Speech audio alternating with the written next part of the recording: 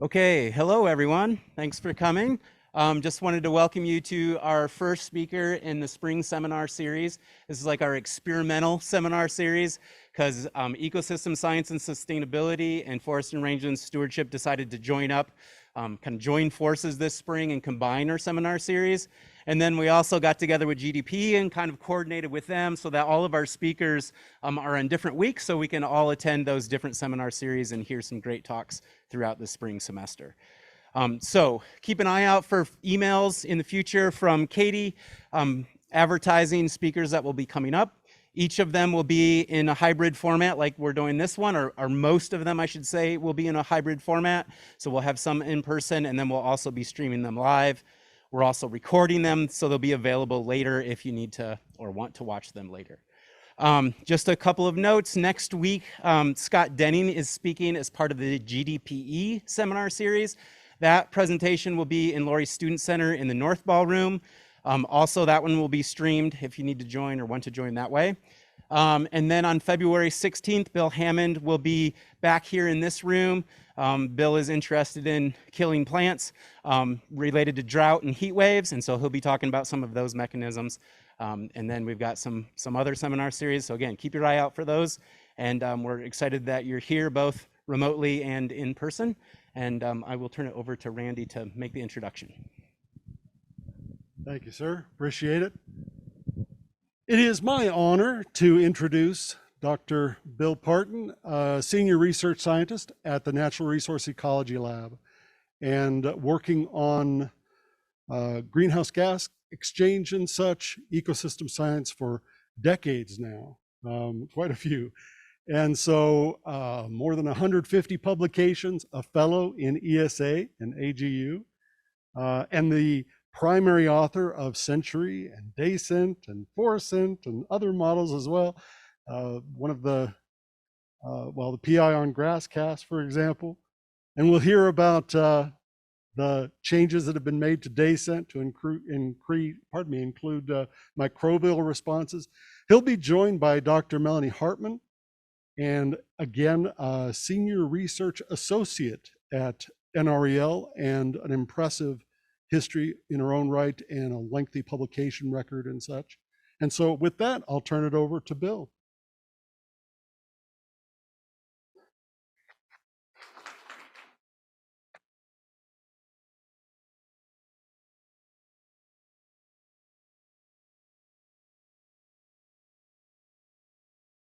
I'm fine. I turned it on. All right, so what I want to talk today, get a little introduction that basically I've been working on ecosystem models actually since the 70s, believe it or not. The models that we developed in the 70s were the first ecosystem models that have been developed basically in the world. In the 70s, we started that. There was a lot of activity. So this development of the ecosystem models, particularly the Century and DayCent model, we've been doing this for a long time. So the goal of using the models is to try, particularly for agricultural systems, how can we best manage them? So we want to have minimum greenhouse gases, maximum sustainability, make the systems the best we can get them, in particular relative to the net greenhouse gas budget. So the goal is to make them the best we can. And what I'm going to talk today about is just some of the improvements we've done recently on that. So one of the things that's happened lately in the last 10 years is there was a debate in the literature, you've got to have better microbe representation. And the new microbe models basically represent, they assume that microbe biomass has an impact on decomposition. That's a key assumption that they have. The DayCent-Century models and most of the current soils models have what they call first order representation. So basically the microbiomass has no impact on decomposition. So the debate is, does it really matter what the microbe has, or does it really affect the decomposition rate? Or can you just use the first order process without representing that? And so that's it. For 10 years now, there's been a debate in the literature. This, I think, is one of the first best representation of saying we added microbes to our model. Does it matter? That's the key part of my presentation is, does it matter if we add microbes? And we have these great detailed data sets to test and show, in fact, microbes do help the model, but they don't necessarily affect everything in the ecosystem. So that's a key part of our presentation. Other part, two other parts. One of them I want to talk about some new study that we just did in South America with some of our long-term soil organic matter dynamics. It's a new study with, that might be very useful for other people doing ecosystem modeling for long-term practices. In particular, the effect of adding grasslands in the crop rotations and things like that. So I'll talk a little bit about that and then compare DayCent model with the MEMS model, which Francesca and Yao and Keith recently published. So I want to make a contrast of where we are in DayCent with their most recent modeling activity. Most of the work here is done by Melannie. All of this team here works together, and Melannie and I have been working together for over 20 years, and she does all the programming, writes most of the papers, and I work along with her. So, but particularly in the modeling and the programming and making it happen, she's the one that makes it happen.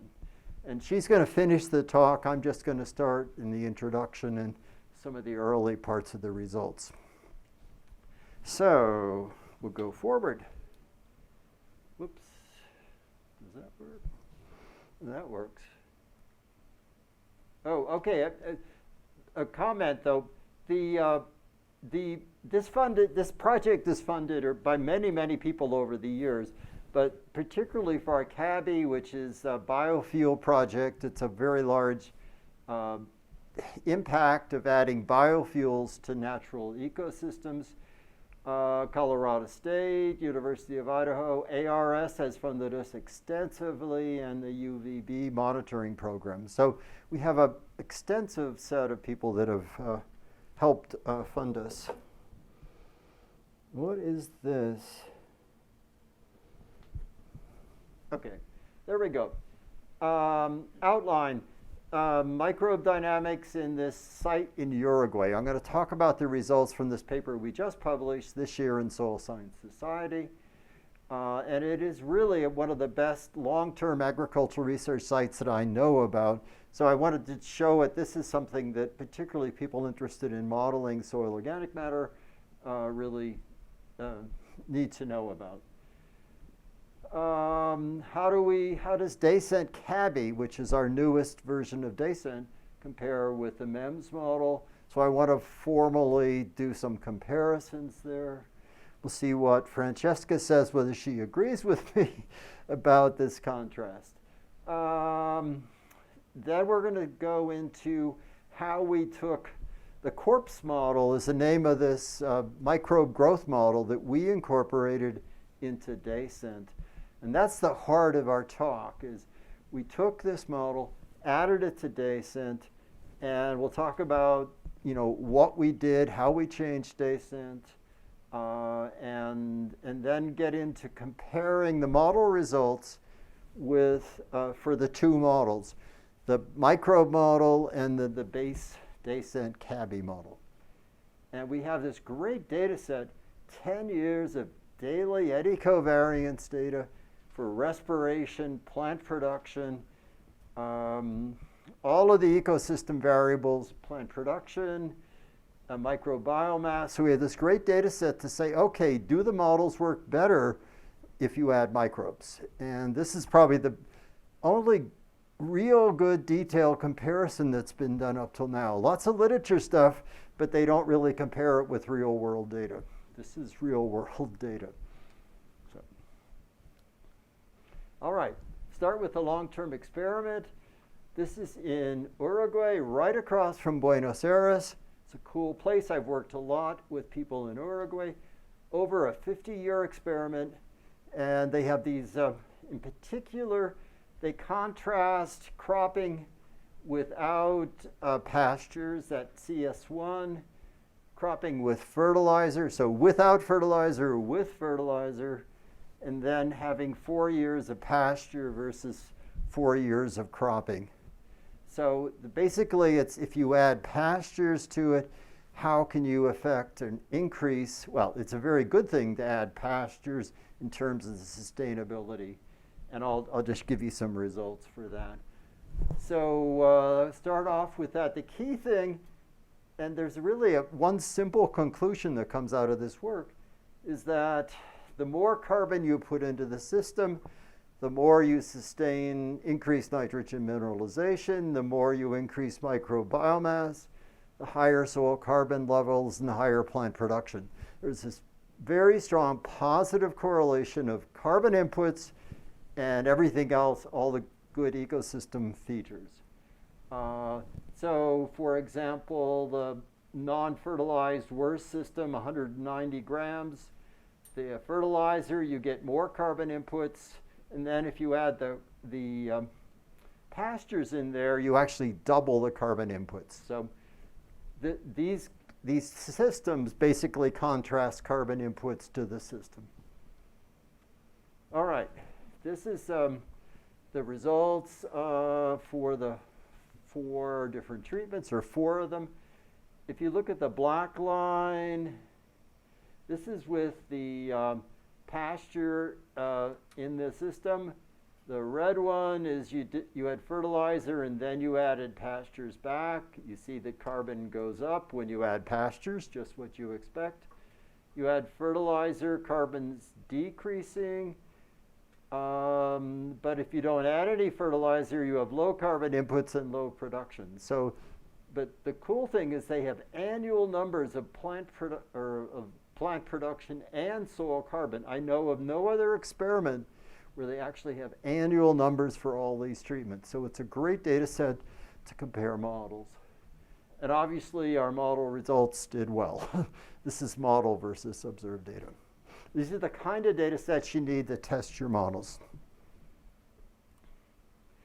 The cool thing they also did is they had all these other process-based observations.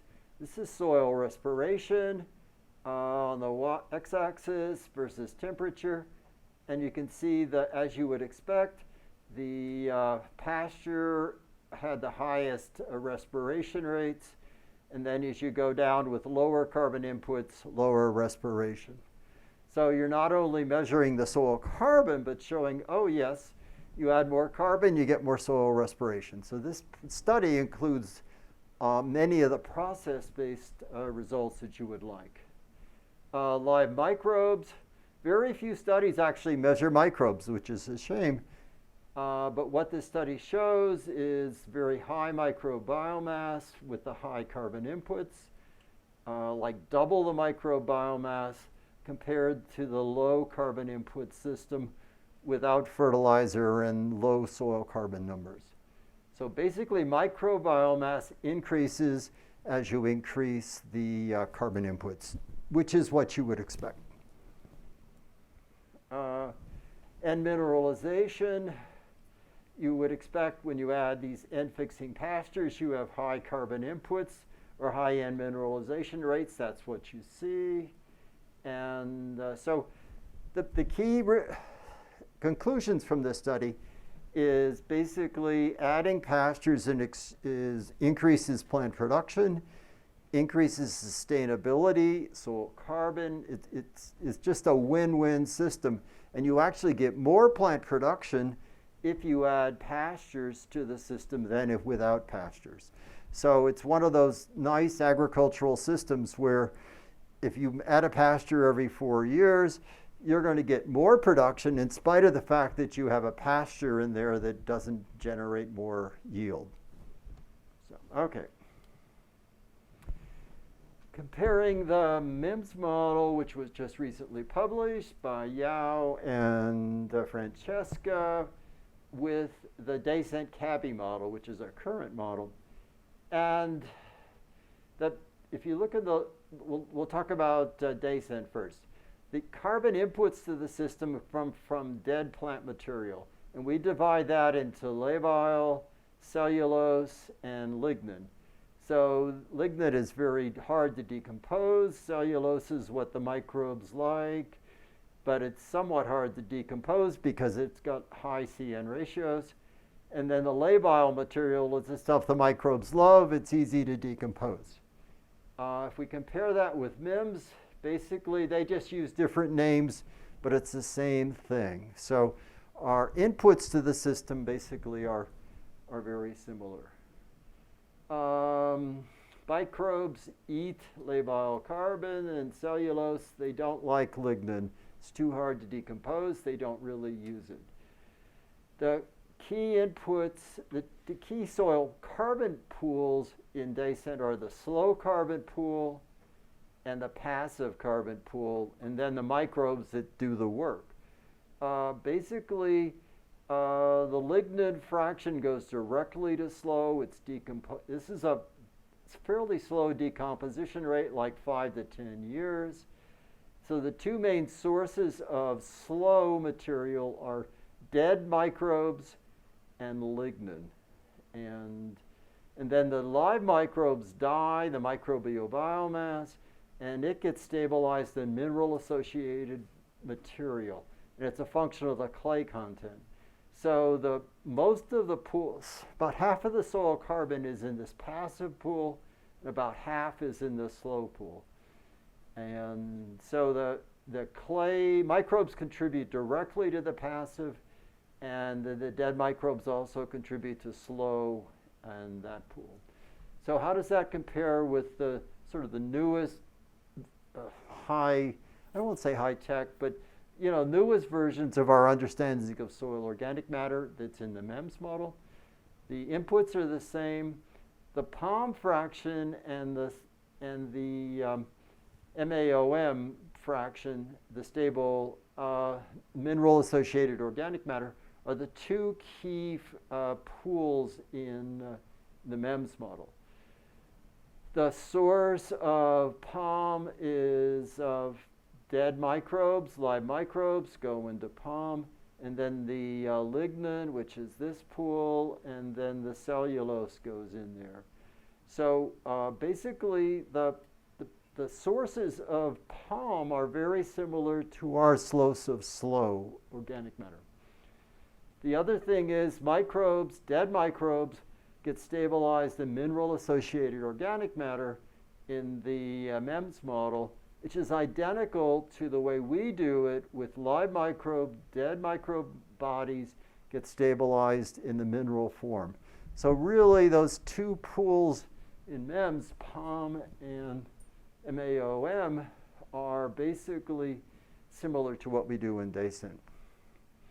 And we're hopefully going to do a comparison with the models using their pools to see that basically DayCent and MEMS give the same results.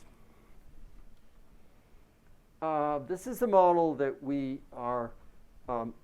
used to added to DayCent, and it's the corpse model. People really like the name of corpse model. So this model basically has three major soil organic matter pools: simple carbon, chemical resistant, and dead microbes.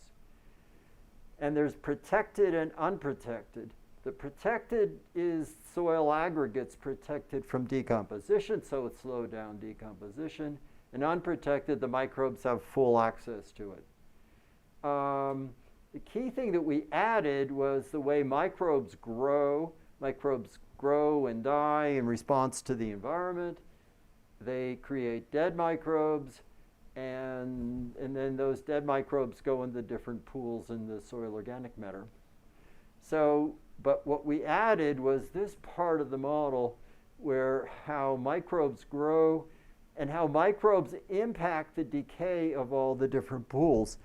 that's where we added. It's no longer a first order model, but all the decomposition rates are a function of the microbe biomass itself. So lots of microbes, more decomposition. So that's a key thing we added, and that's what Melannie is going to talk about for the rest of the talk. Whoops, one more thing. DayCent-CABBI, it's a model that we did develop for biofuels. Key thing is we model all the components. One of the best biofuels we have are the big, tall grasses. And the key thing is they have stems and leaves, and most of the carbon is in the stems. So you have to model all the different parts. So adding the stems and the leaves separately, and whether they're alive and dead is a key part of it. We added rhizomes since they're a very important part of these biofuel crops.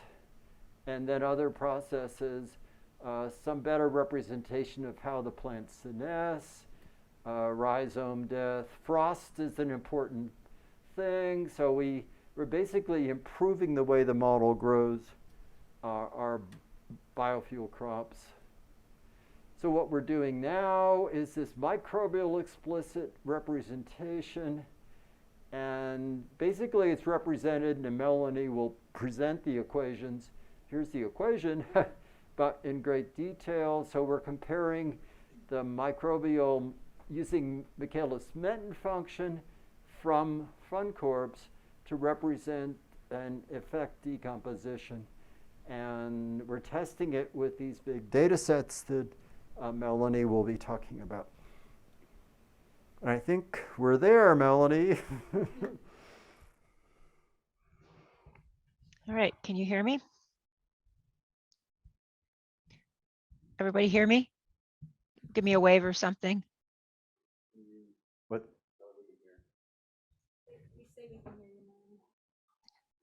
Okay, so those of you who are familiar with the Century model,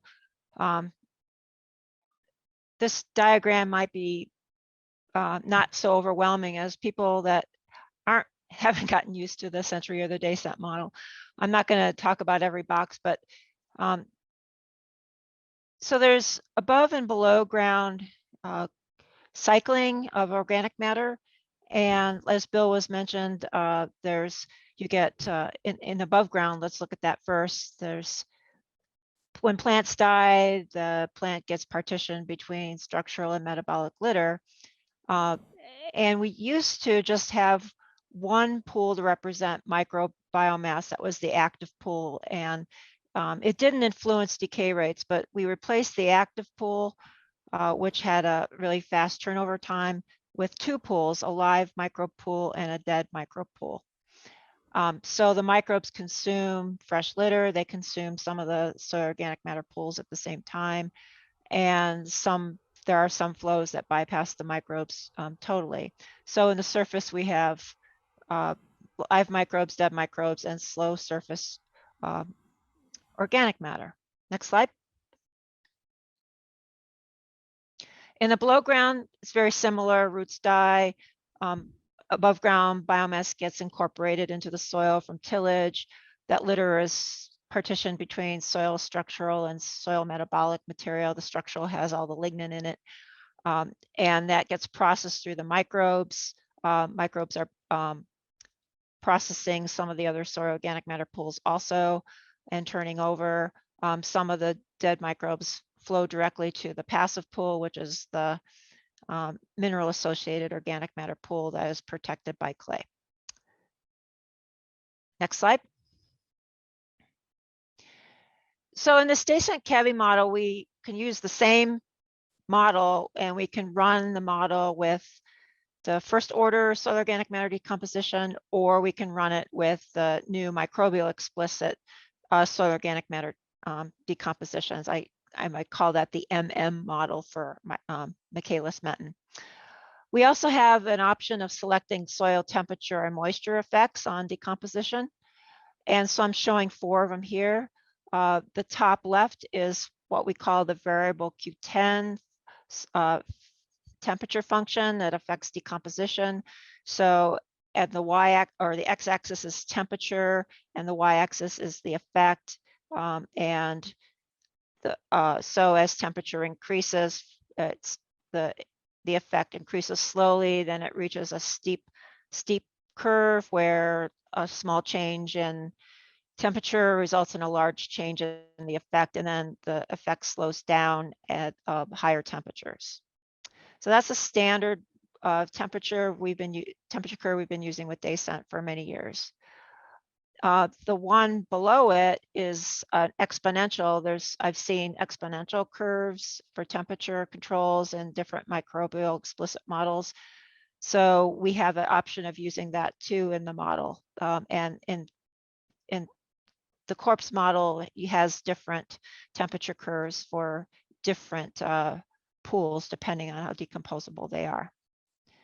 Then on the right side, we have soil moisture effects on decomposition. So the top right is the one we've been using with DayCent. The x-axis is the relative water content. That's the amount of water in the soil relative to the amount of water that would be there at field capacity. And so this particular function increases steeply until it gets to about field capacity, then flattens out. So it doesn't matter how saturated the soil is.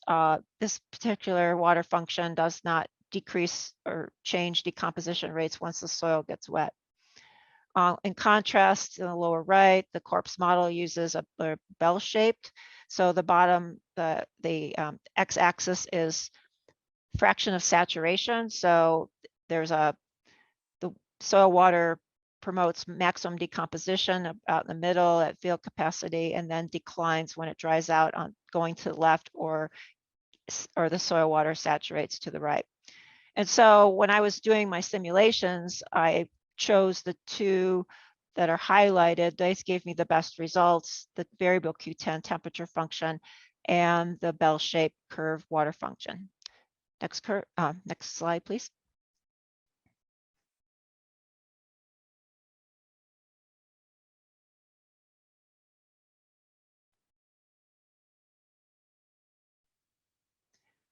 So this is pretty complicated, and this is just meant to show some general flows that are built into this new model.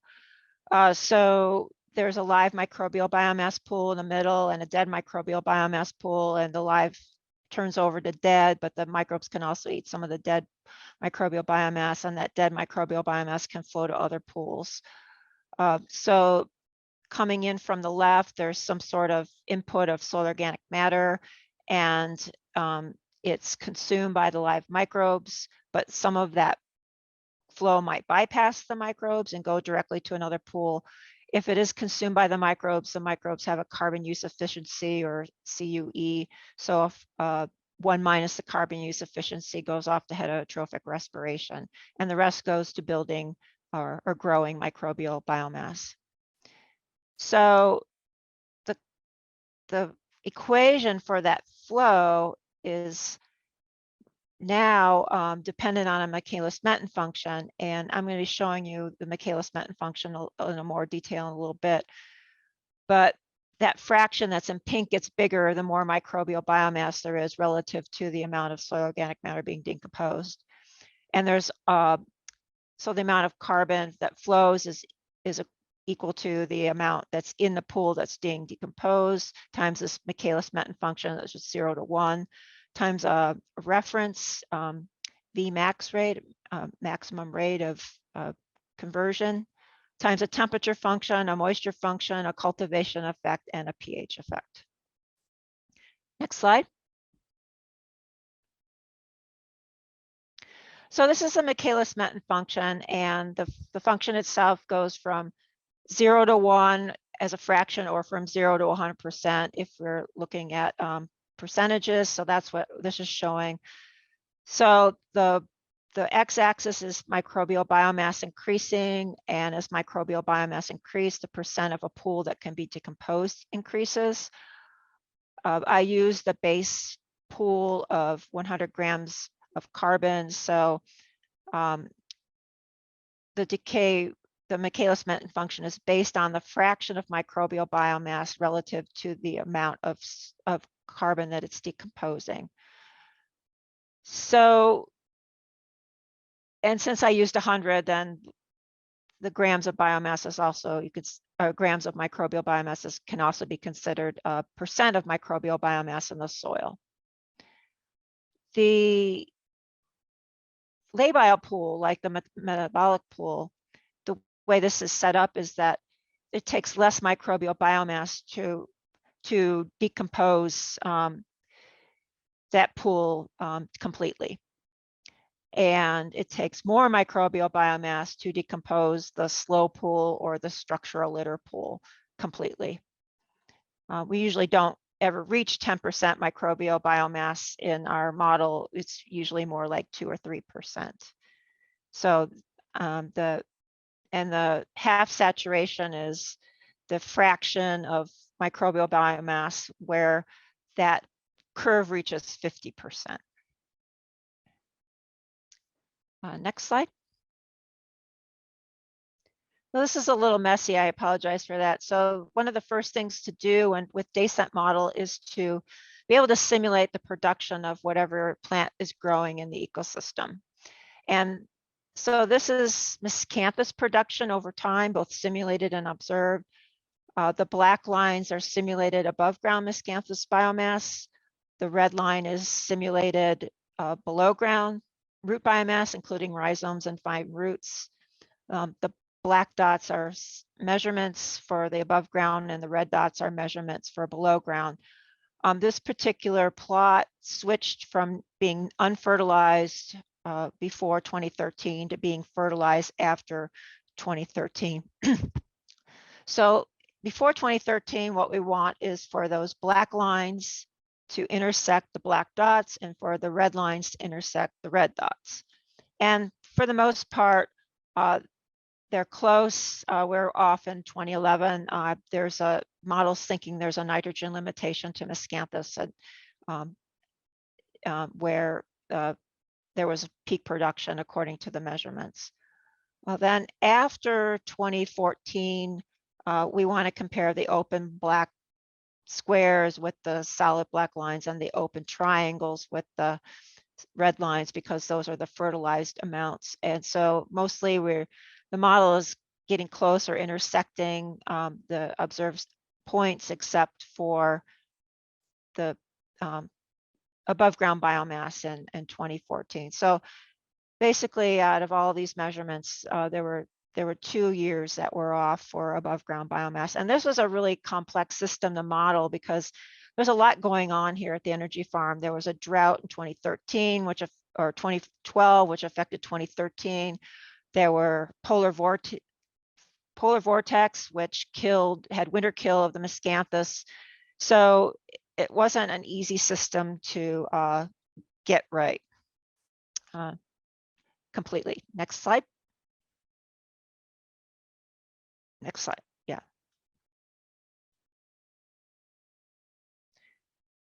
So when I compared the first order model to the microbial explicit model, I wanted the spin-ups to be nearly identical for the passive carbon pool and for total soil carbon.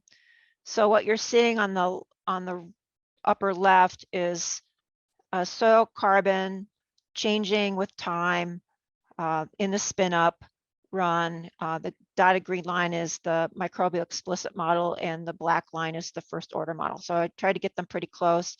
And then below that is just the passive carbon pool component of that, which is the largest pool usually in the total soil organic matter. And then in 1850, agriculture began at this area. The miscanthus wasn't started until 2008, but before that, there was a lot of agricultural history. And so zooming in on that in the very right, from 1850 to 2020, the black line again is the first order, and the dotted green is the Michaelis-Menten. And what we have seen with the microbial explicit model is this is a lot more sensitive to changes, either tillage practices or changes to soil carbon inputs. So it goes up above the microbial model's predictions goes above the first order's predictions, but then drop down and then go up again. So we ended up in the same place, but there was a lot of different dynamics between 1850 and 2020 in this model. Next slide.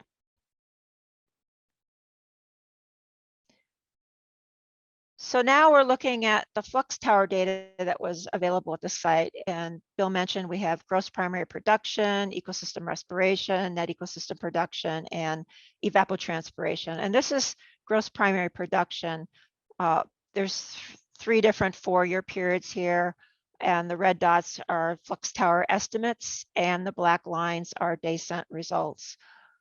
And for the most part, we also calibrated for the first half of the time series, and then the validations part was the second half of the time series. So we just calibrated on the first half of the time series, which was actually the more difficult part of the time series to calibrate because of the droughts and because of the polar vortex that affected the miscanthus growth rates. But for the most part, the DayCent model is matching pretty well with the observations from the flux tower for gross primary production. And for gross primary production, it really didn't matter if we used the first order soil organic matter model or the microbial explicit. For gross primary production, the results were pretty similar. And so the slope of this regression, if you put all these daily points together, is close to 1, and the R-squared is close to 0.7. Next slide.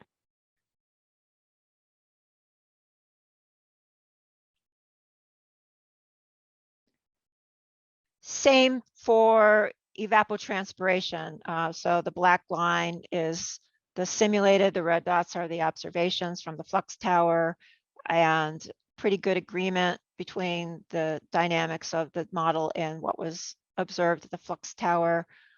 You've put all those points together, simulated versus observed, in a scatter plot, and you could see that the slope was about 0.8 and the R-squared was over 0.7. So a pretty good match. And again, it didn't really matter a whole lot which soil organic model we choose. For evapotranspiration, the results were very similar. Next slide.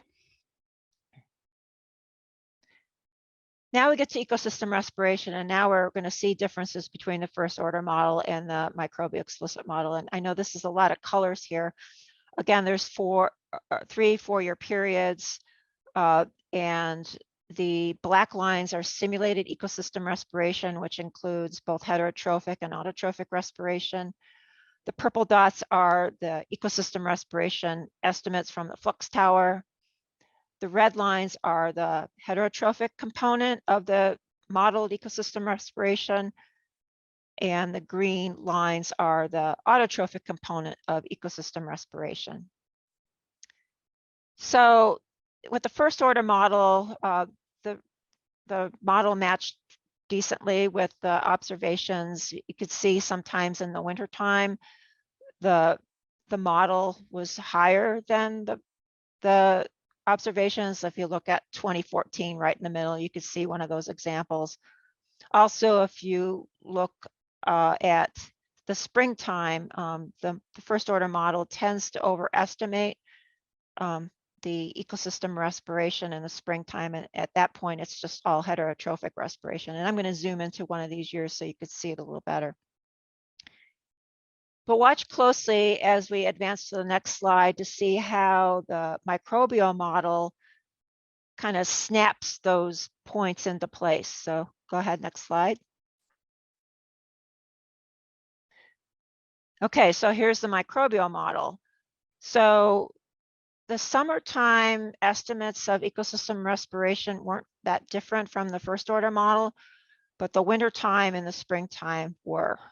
And so the microbial explicit model matches nicely in the winter. If you look at that middle point, right at 2014, at the beginning of 2014, you see a nice match between observations and simulations, and don't have as many spiky estimates in the springtime. And we improved the R-squared a little bit. We improved the slope a little bit and the R-squared a little bit compared to the first order model. Next slide.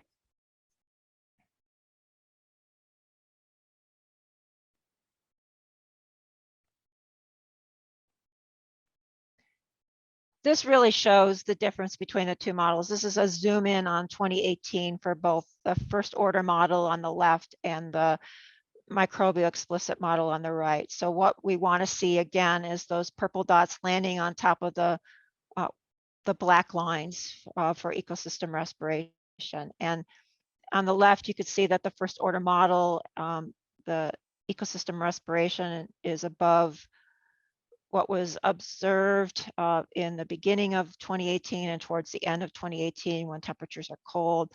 And we also see a lot of spikiness in heterotrophic respiration in the spring in the left slot, in the left figure.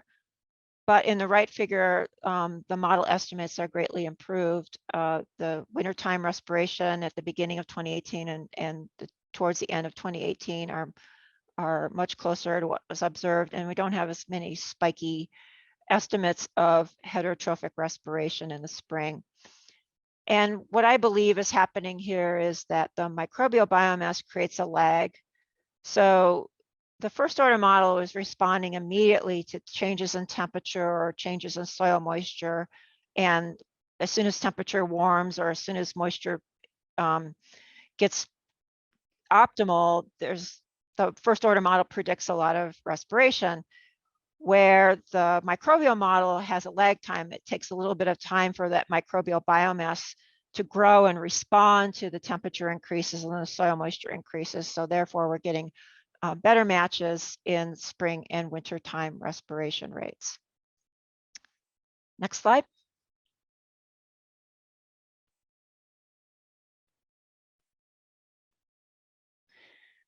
But we don't really know.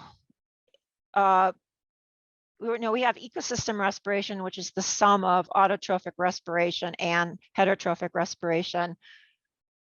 We don't really know if we're getting both of them right or they're compensating for each other, whatever. And this is a different data set. It doesn't exactly match with the estimates from the flux tower, but this kinds of data sets are really valuable. So this is just soil respiration.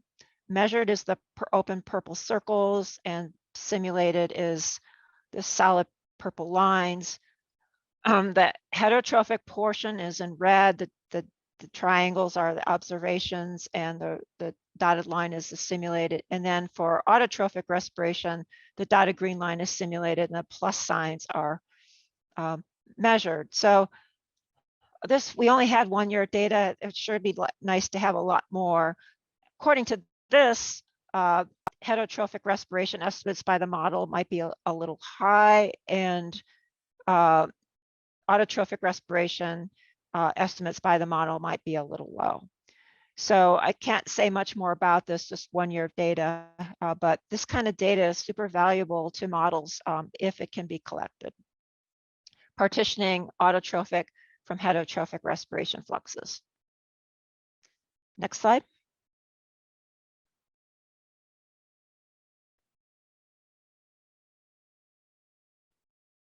And this is just a summary of the daily ecosystem respiration from the first order model on the left and the microbial explicit model on the right. This is from the same time series that we just saw. So there's a slight increase in the slope. It's closer to 1 for the microbial explicit model and a little bit higher R-squared. Next slide. But we separated the winter from the summer. So I'm calling the winter is November through April. So this is just the wintertime ecosystem respiration fluxes, and they're small fluxes, but you could see an improvement if you look at the slopes of the two equations, where the first order is on the left and the Michaelis-Menten on the right. The slope increases a little bit with the Michaelis-Menten model, and the R-squared increases a little bit too. Next slide. And then this is the summertime portion of that. So the first order model on the left, the microbial explicit model on the right, ecosystem respiration, not as much of a difference in summertime as between the two models as in wintertime, but still it's just a small improvement in the summertime with the microbial explicit model, a little bit higher slope and a little bit higher R-squared, slightly. And this is May through October respiration. Next slide. Oops. One more back. Okay, so now looking at net ecosystem production. So this is equivalent to net primary production minus heterotrophic respiration. And what we're seeing with the first order model is what we've seen in the past, that because heterotrophic respiration is overestimated during the winter, that reduces net ecosystem production and makes it negative. And in this case, the black lines, which are the simulated net ecosystem production, are more negative in the winter than what the flux tower indicates. But next slide.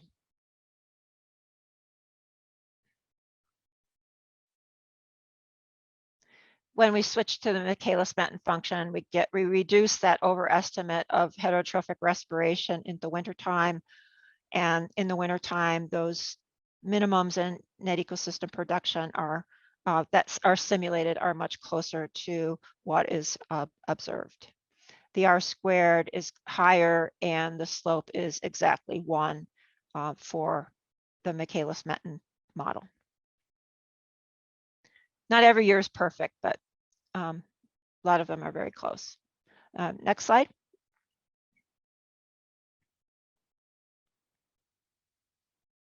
And finally, for results, this was kind of a surprise. I didn't know what to expect. We got some biomass data from the miscanthus plots, and it was live biomass measurements.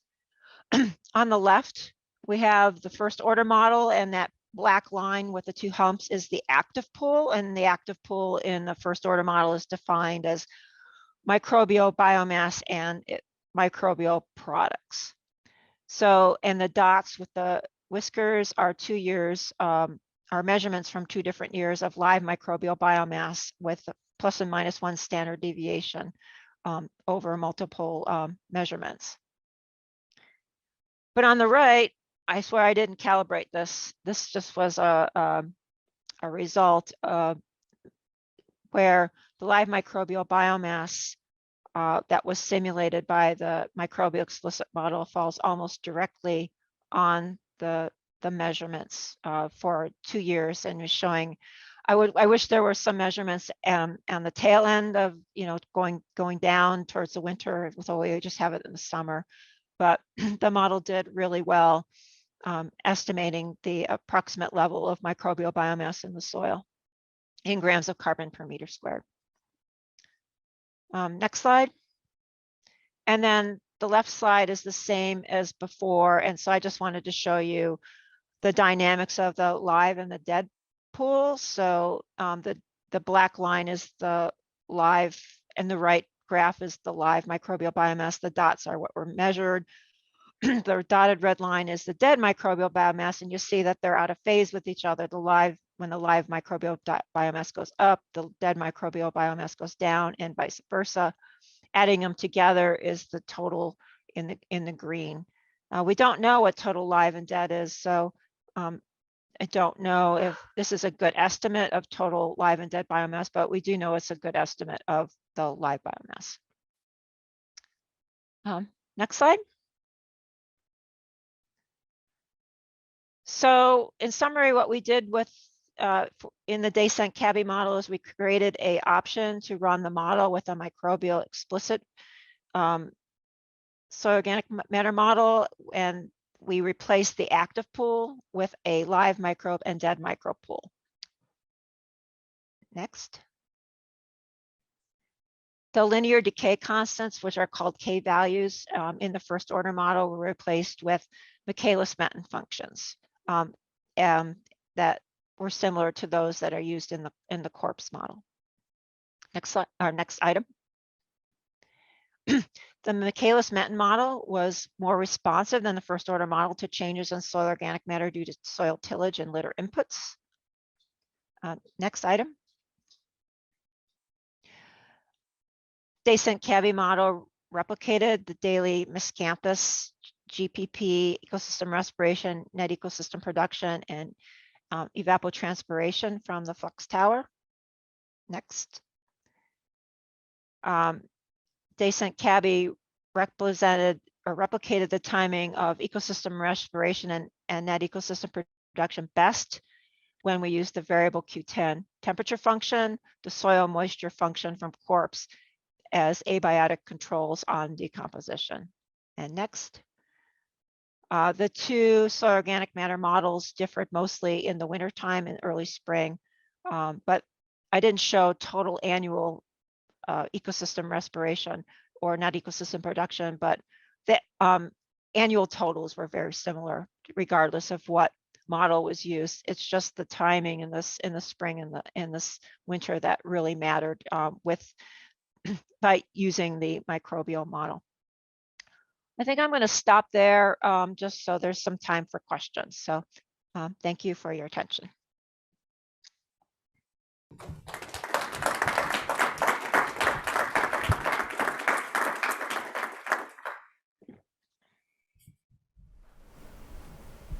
So we have plenty of time for questions. As they come in on Zoom, I'll read them out loud. But okay. If there's any questions here.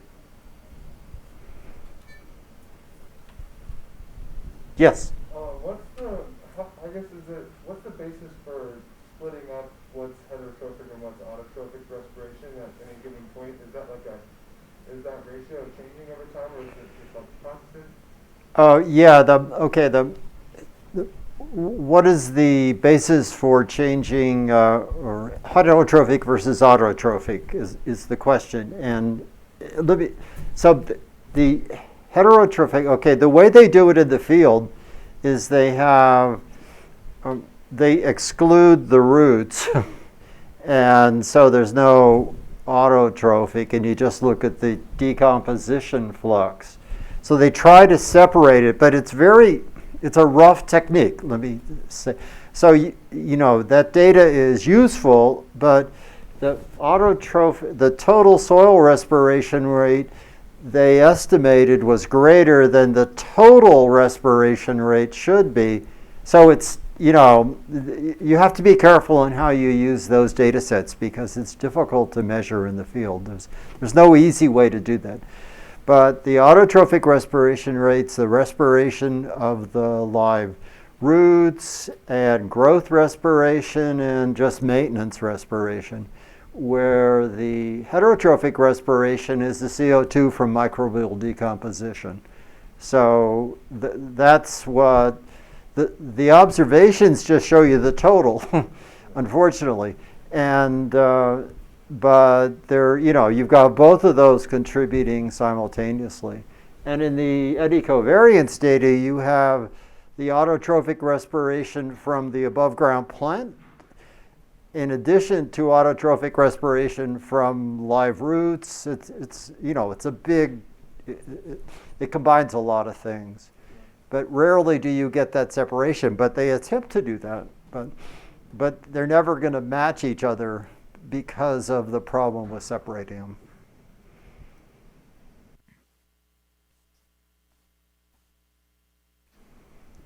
Yeah. As an amateur, I think of dead microbes as just wonderful little packages of nitrogen and such that would presumably join the fast decomposition pool, but you've got it going into slow. Can you help me understand why they would be recalcitrant? I can understand the protective portion, right, where they're in an aggregate somewhere and can't be reached, but they just seem such a nice source. Well, the flow of dead microbes, where do they go in the model?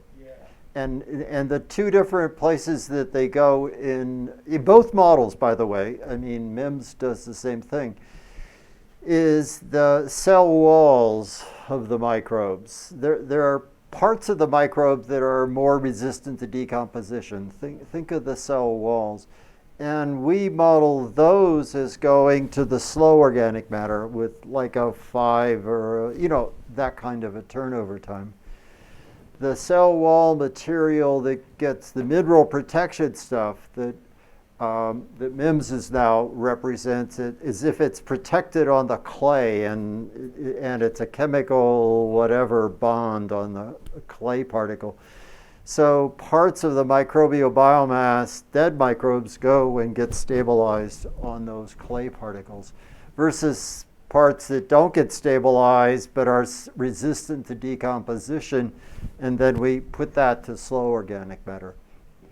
So that's sort of the way that we work then. So I've got a question.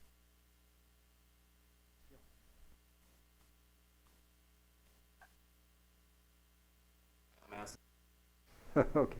There's